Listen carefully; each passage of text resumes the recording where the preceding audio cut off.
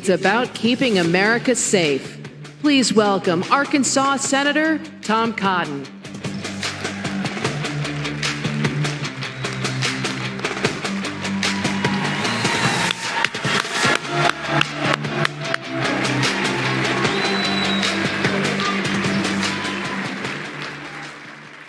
Hello. Thank you all very much. Thanks for that great Florida welcome. You know, it's great to be back at CPAC, although something is a little different this year. You know, for the first time ever, CPAC is not in our nation's capital. That's because they won't let us anywhere near our nation's capital. Think about it. Even though cases are plummeting and vaccination rates are surging, we are still banned from getting anywhere near our nation's capital. Now contrast that with what happened last summer with the BLM protests there. Thousands of people in the streets as cases were surging. Did Democratic politicians try to lock that down? No, they went out and marched with them. Now, maybe if CPAC had promised to burn down buildings and tear down statues, they would have let us up there. But there's nowhere I would rather be than here with my fellow patriots, free than locked down in Washington, D.C.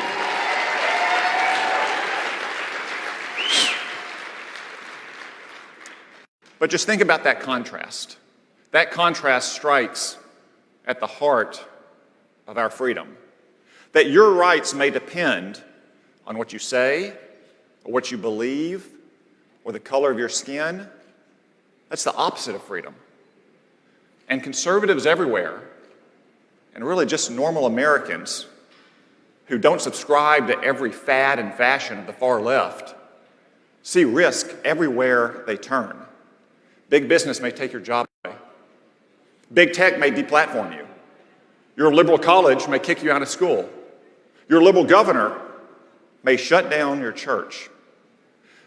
And why does the left do that? It's because they failed to heed the warning of Ronald Reagan in his farewell address. They lost what he called the unambivalent appreciation of America. Now, many on the left have concluded that America is a fundamentally flawed, irredeemable, wicked place. They have a lot of names for it, but whatever banner it flies under, it gets back to that anti-American idea. You can call it wokeness or political correctness, cancel culture. You can call it critical race theory, critical gender theory, critical whatever. Some people call it systemic racism. But here's their point. The key word is not racism. The key word is systemic. It doesn't matter so much what the system is guilty of, only that the system is guilty and it needs to be burned to the ground. So many liberals think that about America. And how do they plan to do that? They plan to do it by rejecting our beautiful Declaration of Independence and the central promise of America, that we are all created equal in the eyes of God and we all have equal rights under the law. But too many of them no longer believe that. That's why there's no more urgent task today than the defense of America and a simple, unapologetic patriotism. We face many threats in this country, whether from China or Iran or Islamic terrorism, but there is no more pernicious threat to America than the rejection of our founding principles and our heritage and our tradition.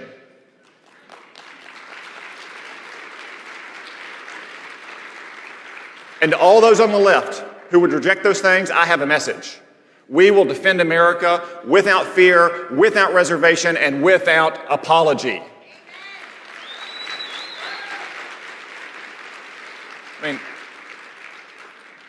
after all, we've seen what happens when people lose the nerve to defend America. Last summer, chaos and riots engulfed our streets. Police stations were firebombed. Buildings, businesses were looted. Courthouses were attacked. Statues to our heroes were toppled. The police, in some cases, were overwhelmed and didn't have the numbers to stop the violence. In other cases, liberal politicians refused to allow the police to restore order. You may recall, we were all told these are mostly peaceful protests. Peaceful protests, as entire city blocks were burned to the ground. Remember the guy on CNN standing in front of the blazing inferno? It's a mostly peaceful protest out here tonight, Wolf. But the violence continued, night after night. So I wrote an op-ed in the New York Times. It had a very simple message, very simple, very common sense message, grounded in American history and law, supported by a majority of Americans, arguing very simply, if the police cannot, or especially if they are not allowed to restore order, then it is time to send in the troops. And what happened next? Total meltdown with the little social justice warriors at the New York Times. All these children that had been marinated in the language of the campus seminar room. They said things like, "Your words put my life at risk." As if typing on their phone, sitting on their futons, was as dangerous as being a cop trying to stop rioters in the streets. Or "Your words are violence." No, I'm sorry, kiddo. Words are words. Violence is what your friends are doing out on the streets of America.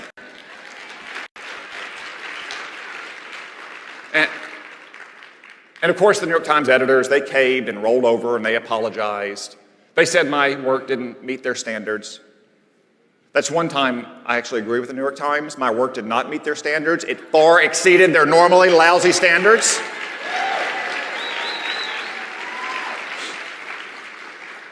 You know, some people on the left even called for me to apologize. So let me say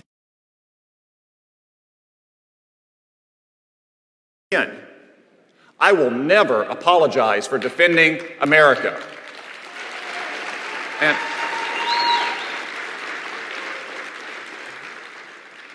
And you know, one of the first things I learned in the Army, really one of the first things anyone learns in the Army, is the 5 principles of patrolling, the most important of which is security.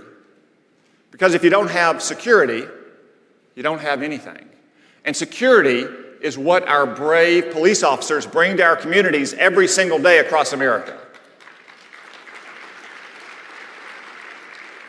And that's why conservatives should never apologize for backing the blue.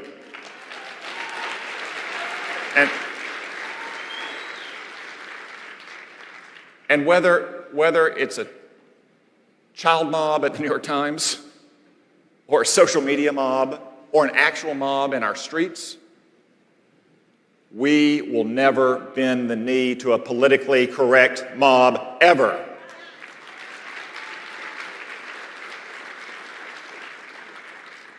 Now, the New York Times is a laughingstock, obviously, but this is no laughing matter.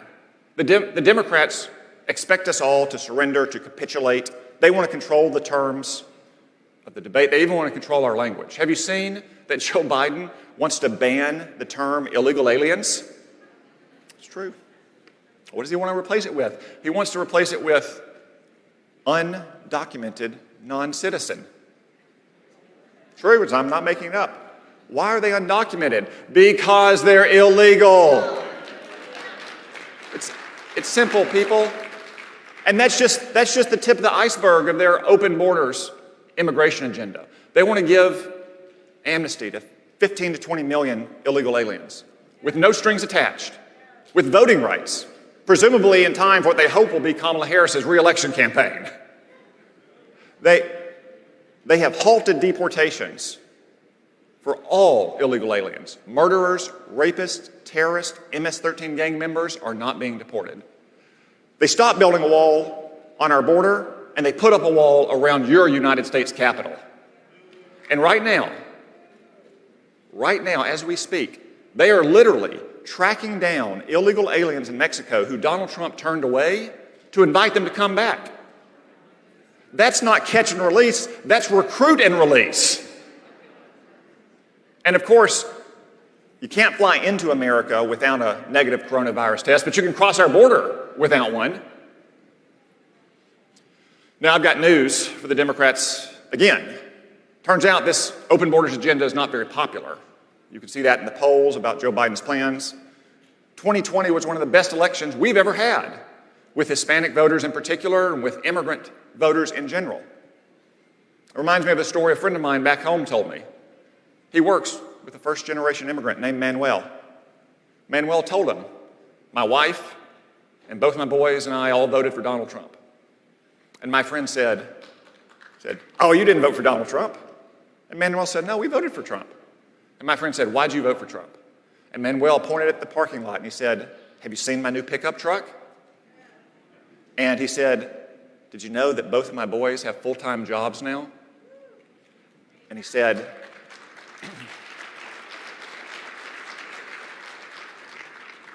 you know, I'm not offended by what Donald Trump does.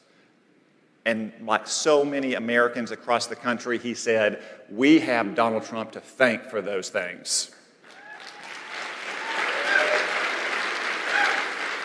So, is it any wonder that people like him, immigrants who obeyed our laws and came here the right way, who earned their citizenship and earned the right to vote, are some of our most patriotic and loyal Americans?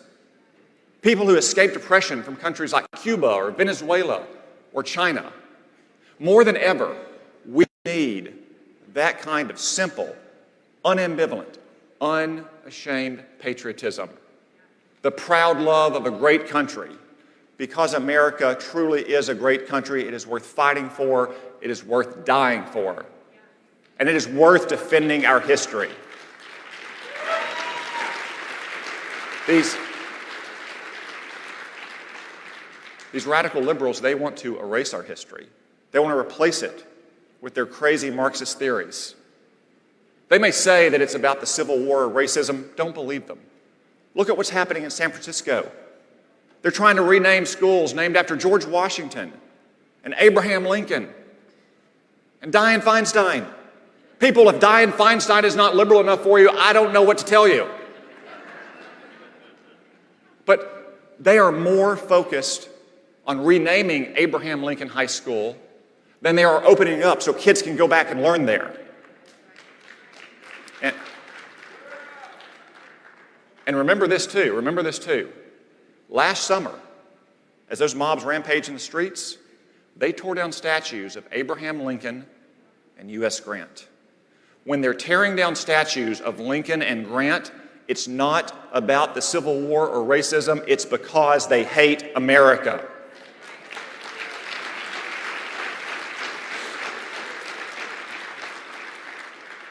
They want to erase and rewrite our history. These liberals read 1984 and thought it wasn't a cautionary tale, but a how-to manual. These are the same liberals that were burning our flag over and over again last summer in the streets. And what happened? The media celebrated them. Kamala Harris bailed them out of jail. Well, I think you all know what we should do with rioters in the street. We should lock up every last one of them.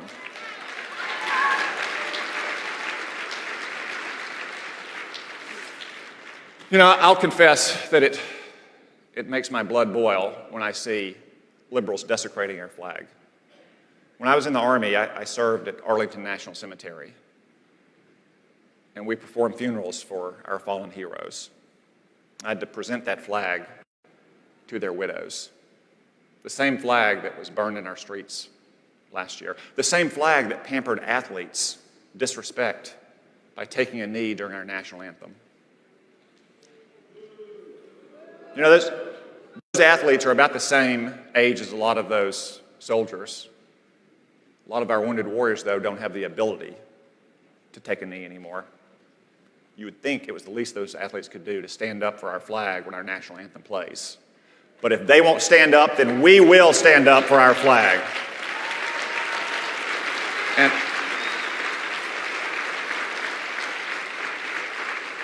let me close with one final story about the flag. You know, I used to get asked questions a lot, I still do, about why the flag is backwards on the Army uniform. And it goes back to the day of cavalry charges. When our soldiers would charge into battle, the flag would fly in the wind. And if you are on the right side of the formation and the flag is worn on the right shoulder, it would appear backwards. So our soldiers wear that flag backwards on their uniform still today to remind everyone that our Army always advances. It never retreats. And I think that's a pretty good lesson for us today. When America is under assault and conservatives are under attack, we will never retreat. We will never surrender, and we will always defend and protect the United States of America. Thank you all. God bless you, and God bless the United States of America.